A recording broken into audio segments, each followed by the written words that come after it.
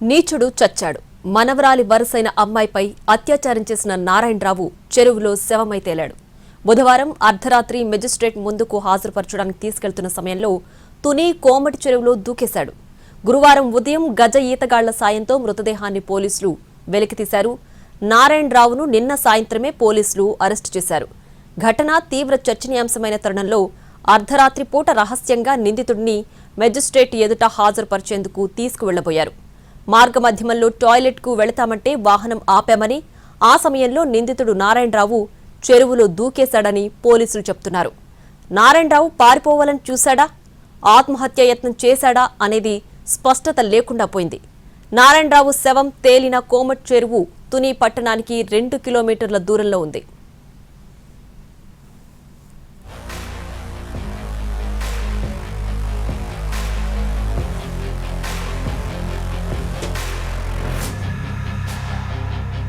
మనవరాలి వయస్సున్న బాలికను గురుకుల పాఠశాల నుంచి తీసుకువెళ్లి అత్యాచారానికి ఒడిగట్టాడు నారాయణరావు. తుని కొండవారిపేటకు చెందిన తాటిక నారాయణరావు గురుకుల పాఠశాలలో చదువుతున్న బాలికకు తినుబండారాలు కొనిపెట్టి మాయమాటలు చెప్పి దగ్గరయ్యాడు. కొండవారిపేటలో బాలిక ఇల్లు, నారాయణరావు ఇల్లు పక్కపక్కనే ఉంటాయి.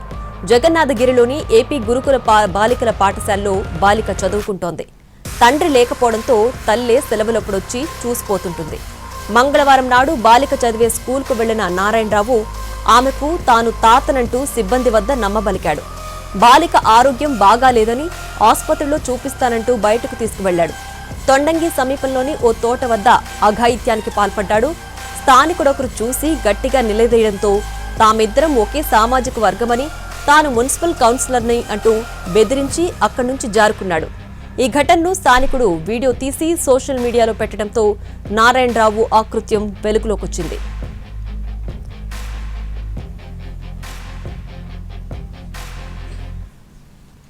బాలిక అమాయకత్వాన్ని ఆసరాగా చేసుకుని నారాయణరావు ఇప్పటికే పలుమార్లు ఈ దారుణానికి ఒడిగట్టినట్లు గుర్తించారు.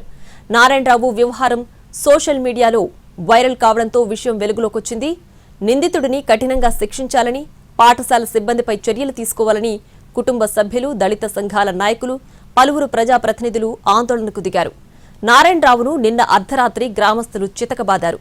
పోలీసులు, నిందితుడి కుటుంబ సభ్యులు అడ్డుకునే ప్రయత్నం చేసినా ఆగకుండా నారాయణరావును చావబాదారు. మైనర్ బాలికతో ఆ విధంగా ప్రవర్తించడానికి సిగ్గులేదా అంటూ చితక్కొట్టారు గ్రామానికి చెందిన యువకులు.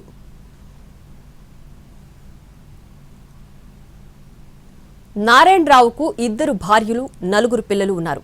2 కూతుళ్లు, 2 కొడుకులు. ఎవరికి వారు వేర్వేరుగా ఉంటున్నారు. బాధిత బాలిక, నారాయణరావు ఇళ్లు పక్కపక్కనే ఉంటాయి. బంధువులు మాత్రం కాదు. నారాయణరావు ప్రతిసారి తన మనవరాలు గురించి అడిగేవాడని బాధితురాలి నాయనమ్మ చెప్పింది. అయినా అపరిచితులతో స్కూల్ నుంచి బాలికను ఎలా పంపిస్తారని నిలదీసింది. స్కూల్కి ఎవరో వస్తే కనీసం ఫోన్ కూడా చేయరా అని ప్రశ్నించింది. నారాయణరావుతో తమకు ఎలాంటి బంధుత్వం లేదని, బయట వాళ్లను స్కూల్లోకి ఎలా అనుమతిస్తారని నిలదీసింది. మైనర్ బాలికపై అత్యాచార ఘటన సంచలనంగా మారడంతో అతడిని అరెస్ట్ చేశారు పోలీసులు. పోక్సో చట్టం, కిడ్నాప్ కేసులు నమోదు చేశారు. నిందితుడిని మెజిస్ట్రేట్ ముందు హాజరుపరుస్తామని పోలీసులు నిన్న సాయంత్రం తెలిపారు. నిందితుడిని మీడియా ముందు ప్రవేశపెట్టారు.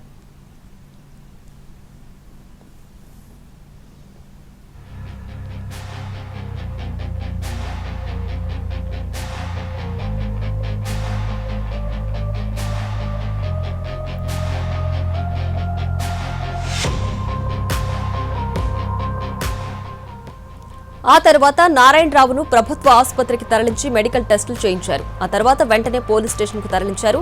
అక్కడ కేసుకు సంబంధించిన రికార్డులన్నీ సిద్ధం చేశారు.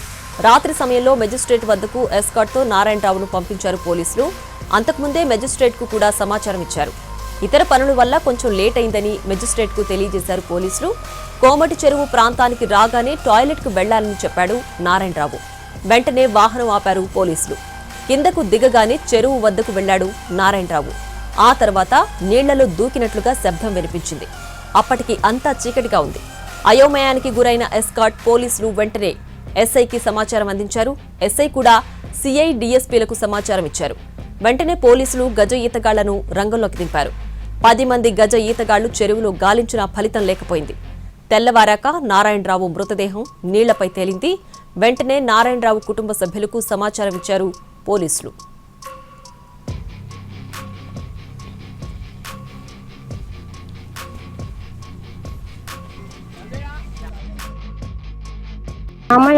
మాకు తెలియదు.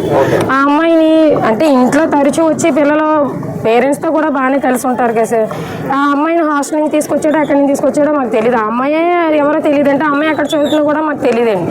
అయితే ఇలా పుకారం వచ్చింది, ఆ అమ్మాయిని ఏదో చేశాడని. ఎవరో అన్నోన్ పర్సన్ ఏంటంటే వీడియో తీసి పంచడం అని అందరికీ షేర్ చేయడం అనేది జరిగినప్పుడు మేము కూడా ఏం చేసామంటే ఫ్యామిలీ మెంబర్స్ వచ్చి మా వారిని కాలర్ పెట్టుకున్నారు. నేను లోపల ఉన్నానండి. గబగబా వచ్చి ఒరే తమ్ముడు ఇది కరెక్ట్ కాదు, మీకు ఏం జరిగిందో నాకైతే తెలియదు, కానీ నా భర్త ఇక్కడ ఉన్నాడు కదా, నీకేం జరిగిందో చెప్పంటే అక్క నీకు వీడియో చూపించాలక్క. అయితే అతను వచ్చే వరకు ఆగ్రా తమ్ముడు అన్నాను. అంతలోకి మా మామగారు బండి వేసుకొని వచ్చాడండి. బండి వేసుకొని వచ్చి ఎలిగేషన్ ఏమీ లేదు. ఇప్పుడు ఏంటంటే నైట్ మాకు ఫోన్ చేశారు, నేను ఈవినింగ్ నుంచి ఫోన్ చేస్తున్నారు. అయితే మేము మార్నింగ్ సైన్ చేస్తామంటే ఊరుకున్న వాళ్ళు నైట్ 10:30కి మాకు ఫోన్ చేసి సైన్ కంపల్సరీ చేయాలని అడిగారు. సార్ మార్నింగ్ చేస్తాం సార్ అని చెప్పామండి. అంటే మేము కోర్టులోని ఇప్పటికిప్పుడు అసలు ఈవినింగే పంపించాలి, ఇప్పటి వరకు పంపించలేదు, మీరు ఒక సైన్ చేస్తే పంపించేస్తామని చెప్పారు సార్. అంటే ఓకే అని చెప్పేసి మా వారు వచ్చారు. కోర్టులో ప్రొడ్యూస్ చేయడానికి ఇలాగా ఫ్యామిలీ మెంబర్ ఎవరో ఒకరు సైన్ కావాలని చెప్పి పెట్టించుకున్నారు సార్. సరే అని చెప్పి మేము ఊరుకుని నేనన్నాను, భర్తతో కాపురం చేసిన దాంతో సంతకం పెట్టించుకుంటే బాగుంటుందండి, నా భర్త నేను వేరే కాపురం, నా భర్తతో ఎలా పెట్టించుకుంటారు, అలా వద్దు సార్ మా అత్తగారితో పెట్టించండి అని చెప్పాను. ఎవరైనా పర్వాలేదమ్మా ఇప్పుడు అర్జెంటుగా సంతకం పెట్టండి అన్నారు. సరే అని చెప్పి మా వారు సంతకం పెట్టినప్పుడు అదే 10:30కి మీరు సంతకం పెట్టించుకున్నారు, 37:40 లోపు ఆ ప్రాంతంలో పెట్టించుకున్నారు. మార్నింగ్ సిఎస్ఆర్ వాళ్ళు ఫోన్ చేసి ఇలా చనిపోయాడమ్మా, ఇలా వాష్రూమ్ కానీ దిగి వాటర్లో దూకేశాడు, మ్యాక్సిమం ఏంటంటే ఆయన గౌరవం పోయిందని చెప్పేసి ఇలా చేసుకున్నాడేమో అని అన్నారు. దానికి మేమేమి అనమండి. ఒక అమ్మాయిని పాడు చేశాడు, చావే అతను కరెక్ట్, బ్రతుకున్న మర్యాద ఉండదు ఎక్కడైనా, చచ్చిపోయాడు, మేము దానికి ఏమనట్లేదు సార్. అదే అయితే ఏ టైంలో చనిపోయాడని కనుక్కోమని చెప్పాను సార్. మళ్ళీ ఆయనకి కాల్ చేస్తే 10:30 ఆ ప్రాంతంలో చనిపోయాడని. అయితే నేను అన్నాను 10 నుంచి 10:30, 11 ప్రాంతంలో చనిపోతే మన దగ్గర 10:37 ఆ టయానికి వచ్చారు, మరి చచ్చిపోయాడని చెప్పొచ్చు కదా, కోర్టుకి తీసుకెళ్లాలని ఇంటికి చెప్పారు అని నేను ఇప్పుడు అడుగుతున్నాను సార్. ఇప్పుడు ఏంటంటే మాకు సంబంధం లేదని తిట్టినా వదిలేసాం, మా కళ్ళ ముందే కొట్టేసి చంపేయడానికి చూసినప్పుడు మేము పట్టించుకోలేదు. ఇప్పుడు చచ్చిపోయినా మాకు సంబంధం లేదు సార్, మాట ఎందుకు ఆ మాట అబద్ధం చెప్పారు అనేది మాకు కావాలి. అదే టైం చచ్చిపోవడం అంటే అది ఎలా అవుతుంది సార్? మార్నింగ్ చెప్పారు సార్. అది నైటే చెప్పొచ్చు కదా సార్. నైటే చెప్తే డెత్కి సంబంధించి లెటర్ రాస్తే దాని మీద మేమే పెడతాం కదా సంతకాలు, మరి కోర్టుని ఎందుకు పెట్టాలి? అదే సార్ నాకు ఉన్న డౌట్. చేసిన వాళ్ళని వదిలేసేసి నా భర్త నేను నా పిల్లలు ఏం చేస్తాం అసలు అని నిన్న కాక మొన్న నా ఆడపడుచు ఫోటోలు పెట్టారు, అలా ఎందుకు పెట్టారు సార్? ఎవడైతే తప్పు చేశాడో ఆడి చర్మం ఒలిచేయాలి, కానీ మేము ఏం చేస్తాం? మేము ఆడవాళ్ళమే కదా, మీ ఇంట్లో ఆడపిల్ల పరుగు పోతే మీరు బాధపడుతున్నారు, మేము మా పరుగులు పోవా, మా ఫోటోలు ఎంతమంది చూస్తారు? ఆయన చనిపోయినందుకు మాకైతే బాధ లేదు సార్. ఏంటంటే మాకు ఆ టైంలో మాకు అలా నారాయణరావు కొడుకు కోడలు కోమటి చెరువు వద్దకు చేరుకున్నారు. అప్పటికే మృతదేహాన్ని చెరువులోంచి బయటకు తీసి ఫార్మాలిటీస్ పూర్తి చేశారు పోలీసులు. మృతదేహాన్ని అంబులెన్స్ లో ఎక్కించి తుని ఏరియా హాస్పిటల్లోకి మార్చురీలోకి తరలించేందుకు ప్రయత్నించారు.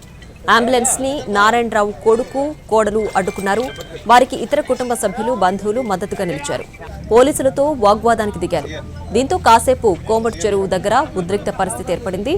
వాళ్లను బలవంతంగా పక్కకు లాగేసి మృతదేహాన్ని తరలించారు పోలీసులు. నారాయణరావు మృతిపై అనుమానాలు వ్యక్తం చేస్తున్నారు కుటుంబ సభ్యులు. అతను ఆత్మహత్య చేసుకోలేదని, ఈ విషయంలో తమకు అనుమానాలు ఉన్నాయని చెబుతున్నారు. రాత్రి 10:30 వరకు 4 పోలీసులు తమ దగ్గరకొచ్చి బలవంతంగా సంతకాలు తీసుకున్నారని చెబుతున్నారు. రాత్రి 10:30 చెరువులో దూకేస్తే ఉదయం 7 గంటలకు నారాయణరావు సూసైడ్ చేసుకున్నాడని సీఐ తెలిపారని చెబుతున్నారు. ఘటన జరిగిన వెంటనే తమకు ఎందుకు చెప్పలేదని నిలదీస్తున్నారు. నారాయణరావు ఏ సమయంలో చనిపోయాడో చెప్పాలని డిమాండ్ చేస్తున్నారు. ఎవరైనా ఏమైనా చేశారా అనేది క్లారిటీ ఇవ్వాలని అంటున్నారు.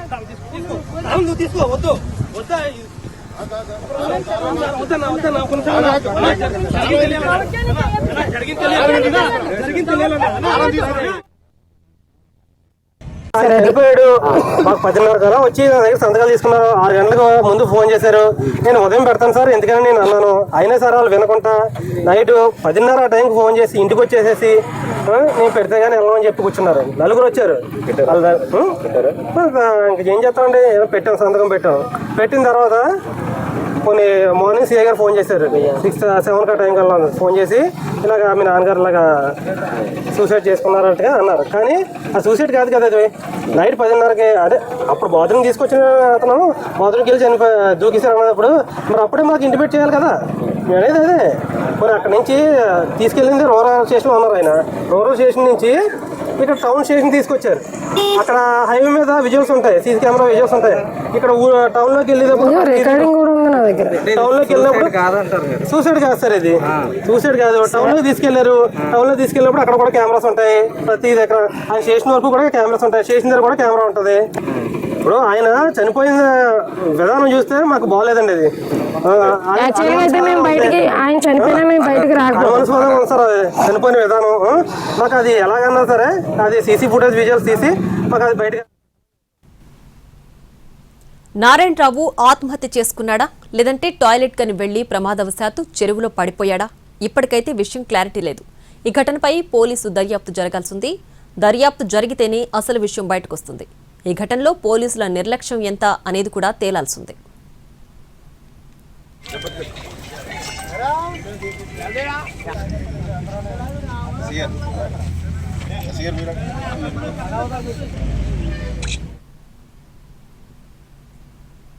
బాలిక అత్యాచారం ఘటనతో ఒక్కసారిగా రాష్ట్రం ఉరిక్కిపడింది. ఆ స్కూల్లో చదువుతున్న ఆడపిల్లల పేరెంట్స్ కంగారు పడుతున్నారు. ఆ వార్త తెలిసిన వెంటనే హాస్టల్కొచ్చి పిల్లలకు ధైర్యం చెబుతున్నారు. ఆడపిల్లలైతే భయపడ్డారని తల్లిదండ్రులు చెబుతున్నారు. దీనికి సంబంధించి మరింత సమాచారం మా ప్రతినిధి సాయి సుధీర్ అందిస్తారు. తుని గురుకుల పాఠశాల నుంచి మైనర్ బాలికను తీసుకుని వెళ్ళి ఒక నారాయణరావు అనే వ్యక్తి అత్యాచార యత్నం చేయడంతో కలకలం రేగింది. దాంతో స్కూల్లో ఉన్న ఏదైతే స్టూడెంట్స్ వాళ్ళ బంధువులు కావచ్చు, పేరెంట్స్ ఇక్కడికి వచ్చి తమ పిల్లల గురించి ఎంక్వైరీ చేస్తున్నారు. అసలు ఎవరున్నారమ్మా, మీ వాళ్ళు ఎవరున్నారు ఇక్కడ? మా పాప ఉందండి, 7వ తరగతి చదువుతుంది. ఆ పాప కోసం చూడడాకని వచ్చామండి. అంతే. తెలిసిందా నిన్న జరిగింది? తెలిసిందా? తెలిసిందండి. నిన్న వచ్చామండి. నిన్న వచ్చి మళ్ళీ ఇవాళ వెళ్ళిపోయాము. విజయవాడ వెళ్ళాలని మా పాపని తీసుకెళ్ళడాకని వచ్చామండి. పాప ఏమంటుంది మరి? కనిపించలేదండి, ఇంకా రానిలేదు. ప్రిన్సిపల్ మేడం ఇంకా రానిలేదు. 3 సంవత్సరాల బట్టి చదువుతుందండి. ఏం చెప్పలేదండి. పాప అయితే బాగానే జరుగుతుంది, బాగానే క్లాసులు బాగానే అవుతున్నాయి, ఇబ్బంది పడవచ్చిన పని ఏం లేదండి. ఇదండి మా పాప తేని. మేము కూడా 24 గంటలు ఇందులోకి వచ్చేవాళ్ళమండి. 24 గంటలు ఇందులోకి వచ్చేవాళ్ళమండి. ఘటన జరిగిన తర్వాత నిన్న మాట్లాడారా మీ అమ్మాయి? లేదండి. ఎలా ఉంది లోపల? పడుకున్నారా ప్రిన్సిపల్ గానీ ఎవరన్నా? అడిగామండి. పాపలన్న పిల్లలు బాగున్నారు, కొంచెం ఎప్పుడైనా ఫోన్ చేయించామన్నారండి. అందరికీ తల్లిదండ్రులకి అందరికీ ఫోన్ చేయించి పిల్లలతో మాట్లాడేంతాం బాబు, ఇప్పుడు ఏమి కంగారు పడకండి అని చెప్పారండి. ఏం చేస్తుంది మరి ఇదంతా చూస్తే ఏమనిపించింది మరి మీకు? మీ అమ్మాయితో మాట్లాడారు? ఏమనిపిస్తుందండి, ఎలాగన్నా చిన్న భయం ఉంటుందండి. ఆడపిల్లలకి వెళ్ళడం కదా, భయం ఎవడుకుంటుందండి. ప్రతి వాళ్ళకి భయం ఉంటుంది. సెక్యూరిటీ విషయం గట్రా ఎప్పుడైనా చెప్పారా మీకు? సెక్యూరిటీ అంటే చెప్తారండి, సెక్యూరిటీ కూడా సాధారణంగా వెళ్ళవరండి. మీ వాళ్ళు ఎవరున్నారండి ఇక్కడ? మా పాప చదువుతుందండి. మాట్లాడారా? మాట్లాడామండి. ఏమని చెప్పారు? మా పాప ఏమీ చెప్పలేదు. మామూలుగా నిన్న జరిగిన ఇన్సిడెంట్ భయం ఉంటుంది కదా, అంటే భయపడ్డావమ్మా అనేసి అడిగాను. మేమైతే హౌస్లో ఉన్నామమ్మా, మేమైతే బయటికి రాలేదని చెప్పారు. కానీ పిల్లలైతే భయపడ్డారు. ఇలా జరగడం అంటే ఒక భయంకరమైన. 5th క్లాస్ అండి. ఈ ఇయరే జాయిన్ చేస్తాం. షేర్ చేశారా లోపల ఎట్లా ఉంటుంది ఏంటని? మా అమ్మాయి మాట్లాడింది కదా మీతో? మామూలుగా మాట్లాడామండి. ఎలా ఉందమ్మా అంటే బాగానే ఉంది అనేసి అన్నారండి. అంతే, ఇంకేం మాట్లాడలేదు. ఇన్సిడెంట్ జరిగిన తర్వాత కొంచెం వాళ్ళు భయపడతారు. కొంతమంది అందరూ చిన్నపిల్లలు ఎక్కువగా పూర్తి స్థాయిలో వారికి ఒక అవగాహన ఉండదు. ఇన్సిడెంట్ జరిగిన తర్వాత కొంచెం భయపడ్డారని తమతో చెప్పారని వాళ్ళ పేరెంట్స్ చెప్తున్న పరిస్థితి. ప్రకాష్ సాయి సుధీర్ NTV తుని నుంచి. తునిలో మైనర్ బాలిక అత్యాచార ఘటనతో స్కూల్లో భద్రతపై అనుమానాలు వ్యక్తం చేస్తున్నారు తల్లిదండ్రులు. స్కూలు, హాస్టల్ ఒకటే కావడంతో ప్రోటోకాల్ పాటించాల్సి ఉంటుంది. కానీ ఫ్యామిలీ మెంబర్ కాకపోయినా తాతనవుతానని చెప్పగానే పంపించారు. అదేంటని అడిగితే తప్పు జరిగిందని వార్డెన్లు చెబుతున్నారు. అసలేం జరిగిందో మా ప్రతినిధి సాయి సుధీర్ స్కూల్ నుంచి అందిస్తారు.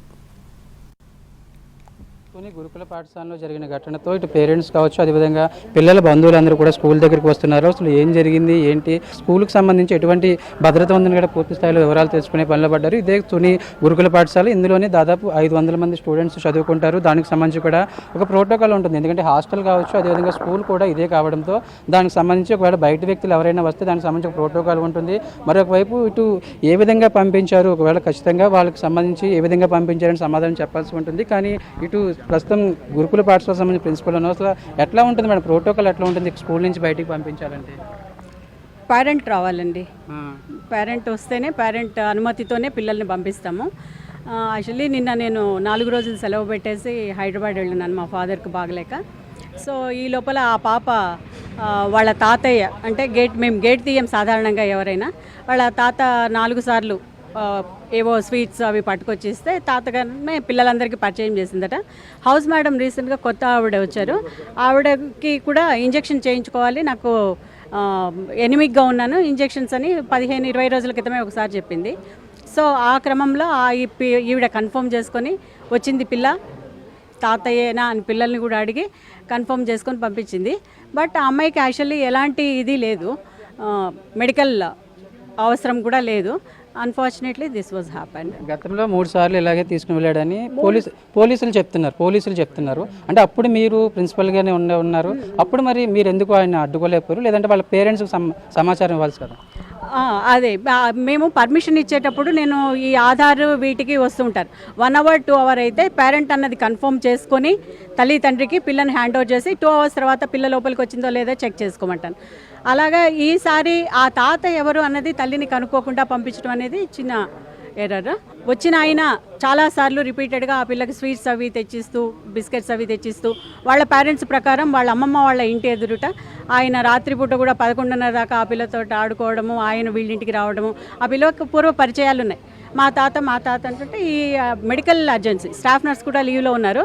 ఒకవేళ ఆ రిజిస్టర్ చెక్ చేస్తున్నట్లయితే ఆ అమ్మాయి మెడికల్ అవసరం లేదని తెలిసి ఉండేది. ఆ అమ్మాయి అర్జెన్సీ కదా అని పర్మిషన్ అతను సంతకం పెట్టాడట, ఆ అమ్మాయి సంతకం పెట్టింది. ఆ లెటర్ తీసుకొని 3 అవర్స్లో ఇంజెక్షన్ చేయించుకొని అమ్మాయి బ్యాక్ వచ్చేసింది. 12 నుంచి మళ్ళీ 2 లోపల అమ్మాయి వచ్చేసింది. వచ్చిన పిల్లలో ఎలాంటి మార్పు లేదు. నెక్స్ట్ డే మార్నింగ్ మాకు పోలీస్ కానిస్టేబుల్ వాళ్ళు వచ్చి, మేడం నేను ఇన్ఛార్జ్ ఇచ్చి వెళ్ళాను, CH Nagajyothi, PGT in English, ఆవిడ నాకు ఫోన్ చేసి మేడం ఇలా వచ్చారు, ఇలా జరిగిందట అంటే అప్పుడు నేను మీరు ఎందుకు ఇచ్చారు మేడం? మీరు తెలుసుకోవాలి కదా, ఒక బయట వ్యక్తులు వస్తే ఖచ్చితంగా పర్మిషన్ మేడం గారు ఇచ్చారండి. మేడం ఆ పాప తాతయ్యని ఐడెంటిఫై చేసి మేడం పర్మిషన్ ఇచ్చేసి పంపించి పాప వచ్చి రిపోర్ట్ చేసిన తర్వాత నాకు చెప్పారు పాప వచ్చేసిందని. ఏమో ఎందుకు పంపించావంటే ఇలా ఇంజెక్షన్ వేయాలని చెప్పాను. నీకు తెలుసా అంటే తెలిసి పంపించాను మేడం, 3 సార్లు నేను అతన్ని చూశాను అని మేడం పంపించి వచ్చాక నా దగ్గరికి లెటర్ వచ్చింది. అందుకే నేను అందులో మేడం సైను ఆ వచ్చిన అతని సైనే ఉంది, నా దగ్గర సిగ్నేచర్ కూడా లేదు. మేడం ఆల్రెడీ పంపించిన తర్వాత నా దగ్గరికి వచ్చారు. మేడం మీరు మీ తల్లిదండ్రులుగా తర్వాత మీదే బాధ్యత, స్కూల్లో కావచ్చు, అదేవిధంగా మీరే ప్రొటెక్షన్ ఇవ్వాల్సి ఉంటుంది. వీళ్ళు హాస్టల్లో ఉంటే మాత్రం మీరు ఇంకొంచెం ఎక్కువగా కేర్ తీసుకోవాల్సి ఉంటుంది. కానీ ఎందుకు మీరు గతంలో కూడా 3 సార్లు పంపించారని చెప్తున్నారు? నేను పంపించలేదు సార్, ఆయన్ని చూసాను సార్, అమ్మాయితో పాటు స్నాక్స్ ఇవ్వడానికి ఇది చేయడానికి పంపించారండి. నాకు లేదు సార్, నేను పంపలేదు సార్. నేను అక్కడికి అడిగితే ఎవరమ్మా ఆయన అంటే మా తాతగారు అని చెప్పింది సార్. అప్పుడు క్లాస్లో ఉన్న మిగిలిన పిల్లల్ని కూడా అడిగితే ఎవరమ్మా అంటే ఆయన వాళ్ళ తాతగారే మేడం, ఆ అమ్మాయికి ఎప్పుడు స్నాక్స్ అవి తెచ్చిస్తూ ఉంటారు అని అనడంతో నేను అంతకుముందు 2-3 సార్లు చూడడం వల్ల ఇప్పుడు నేను వాళ్ళ పేరెంట్స్కి ఇన్ఫామ్ చేయకుండా పర్మిషన్ ఇచ్చాను సార్. అంటే 1 అవర్ పర్మిషన్కి కాబట్టి పర్మిషన్. క్లాస్ టీచర్ కూడా ఎట్లా ఉంటుంది మేడం, మీకు రెగ్యులర్గా ఉంటుందా? బాగానే ఉంటుంది సార్ రెగ్యులర్గా. మొన్న టైఫాయిడ్ కానీ ఇంటికి వెళ్ళింది సార్. స్టూడెంట్స్ పేరెంట్స్ కావచ్చు, అదేవిధంగా బంధువులు కొంచెం ఆందోళన చెందుతున్నారు. ఎందుకంటే నిన్న ఈ క్లాస్ ఇదే గురుకుల పాఠశాలకు సంబంధించిన ఇన్సిడెంట్ జరగడం, అదేవిధంగా ఇష్యూ జరగడంతో నారాయణరావుకి సంబంధించిన ఇష్యూ బయట వాళ్ళు సర్క్యులేట్ అవ్వడం, దాన్ని చూడడంతో ఆందోళన చెందిన పరిస్థితి. దీనికి సంబంధించి కూడా తమ పిల్లలు ఎలా ఉన్నారు, వాళ్ళ కండిషన్ ఎట్లా ఉంది, వాళ్ళు ఏమైనా భయపడుతున్నారా అని పూర్తి స్థాయిలో వివరాలు సేకరిస్తున్న పరిస్థితి మనకు కనిపిస్తుంది. భోగి అదేవిధంగా మరొక వైపు నారాయణరావుకి సంబంధించి మృతదేహం తుని ఏరియా హాస్పిటల్కి తరలించారు.